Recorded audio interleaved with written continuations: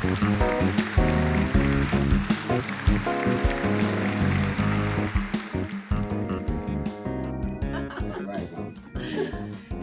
and welcome back to Ask the Culpeppers. And surprisingly enough, we are still the Culpeppers.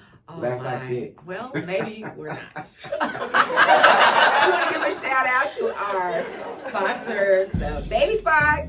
Digital Global Parenting Magazine, sharing parental content with parents all over the world, and we're thankful to partner with them to share our content as well. And so we're very thankful. So be sure to follow them on all of their social media channels. All right. And don't forget that is the platform you'll use to submit any questions you have. And this question is a little fun today. But I would be remiss if I did not also mention our official coffee of Ask the Culpeppers. There we go. Charles Ray Coffee, freshly brewed coffee beans that are delicious. Delicious. And with the coupon code from our show, you will receive a discount. Don't tell anybody, but that's our little special treat for you. All right, are we ready to dive into this question? Let's go. Because this one's a little different. So I'm going to read the question, and then Derek, I want you to talk about the poll a little bit. Okay. All right. So this question reads, hello, Culpeppers. Can you solve this debate between my wife and I? We both have a 6-month-old. Both work full time and split the chores. Who should wake up, with the baby at night? Sleepy husband and wife. So they have a new baby. Right. They both work full time. Mm-hmm. They split the chores. But at nighttime, there's some confusion as to who should be getting up. And so talk about the poll. So we've got a Facebook and an Instagram poll. And what did you find out? Well, found out that some people were split. Let me get my perspective first, and then I go into those. Okay. Well, I just want believe, to. So Derek did do a post on social media, and so we got some feedback from others too. Yeah. I just want to share that part. So, I think they should share responsibility. He did indicate that they both have jobs and work. Not, I don't know to what extent or hours that they're working or so forth, but I know they did work together to have this baby. And so I believe the responsibility should be split. I don't think it should be one person more than the other, which it may turn out to be that way just from a mother's maternal or maternal instinct. I think I'm saying that right. Mm-hmm. Instinct to do. And so, but I think even if that is the case that she does, he should be willing and open to make sure he is attentive to it too.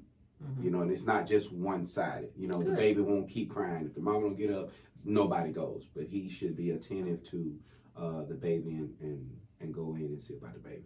And how was it when we had our babies? Who got up at night? Do you remember? We both did.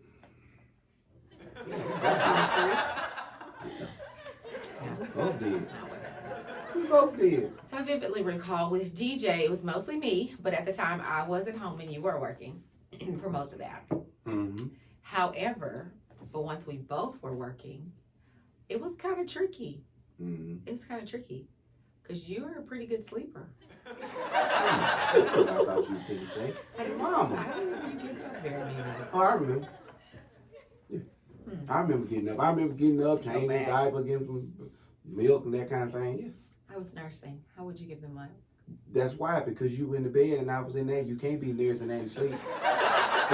See. Now, ladies and gentlemen, I want you to view this video and put something in the comments. See. And tell him how that sounds. Yeah.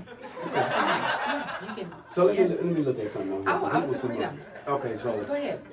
So first, Facebook. Facebook is first. Yeah, so we took social media. So Facebook. So Courtney Brewer, thank you so much for the response. This is what she said. She said, we split the night. I would go to bed early and he would get any baby wake up before 2 a.m. and I would get anything after 2 a.m. We both got good stretches of sleep. I think that is very good. That is so smart. And if I'm not mistaken, I think Courtney is a healthcare professional. So she probably learned that through some tried and true experience. Right. That is a great idea that I wish I had known 20 years ago. Well, that's similar to what I did. I got up, you know what I'm saying, all that. Yeah, so. All right. So then, Lynn Woolbright, our awesome friends and her husband, she said this. Lynn. Now, Lynn is of a different generation than Courtney. Slightly different, watch what you're saying. Well, no, they both young ladies. But what I'm saying is, we found out that the perspective depended on the age of the person. Isn't that interesting? It changed. It still is kind of generational, some of our Right. views. Okay, so what did Lynn say? I wanted to share. So Lynn said, mamas, the baby was attached and dependent on his or her life for nutrients and love to grow strong enough to be born from his mama's body. Mamas should always reinforce them every chance they have. I wouldn't take $1 million for all my sleeping nights and days. See? Now I will say this though, I don't want to oversimplify or generalize. I do feel like there may be people from other generations that see it that way too. So anyway, but let's keep going. There's a couple more. Okay, then Beverly Hibden said this. She said, I woke up. The least noise or whimper, I heard it, felt it. The baby is what matters. If you are so busy trying to take turns for your own convenience or ego, then how can you ever teach that child what unconditional love actually means? So my heart woke up. See, Beverly's also her and Lynn are about in the same generation. So here's what's interesting to me. Like, I still wake up at every sound. I don't always get a very good night's sleep because someone who sleeps with me makes a lot of sounds. And so I agree, Beverly's right. And once you get into that habit of waking with every sound and movement, it is very hard to get out of it because we don't even have a baby anymore. But I still wake up at the slightest sound. I can hear the kids upstairs. I wake up without a doubt. But I will say this, I also taught my children how to sleep in very, very noisy environments. I did sleep train because Derek and I love race cars, hot rods to be specific, and would go to the races and take the little earmuffs for the kids. And when it was time for their nap, I would put them to sleep and they would sleep through those cars. And it's so funny because we would be in the stands and they would be knocked out. And people would be like, how is that baby sleeping with all this noise? Well, speaking of baby, here's one. Here's one. We've got a special guest. Oh, there you go. Say good morning. Morning. That's our big baby. So, I'm still getting up with her. That's good. All right. Okay. So the next one is from Cheryl Spanky. She says, I'm of the older generation and have many ideas. But if both are working, they need to figure out how to split this up so no one is totally responsible, which could cause resentment. And she says several options. She says, this is what she put. Each take a week at a time, alternating weeks. 2, take every other night. 3, be flexible for different situations, one having to get in extra early for work or illness of one of the parents. This sweet baby is both parents, baby, and both have a responsibility for its upbringing. With mom working too, dad must pull his weight. This doesn't last long because the baby will be sleeping through the night soon. Both parents need this bonding time with their child. This is just my thinking. I really like the idea of both parents needing to bond. And I think there is truth in everyone's statement, right? So as a mom, most moms have that natural connection because you're right. You've had this baby with you for maybe 9 months.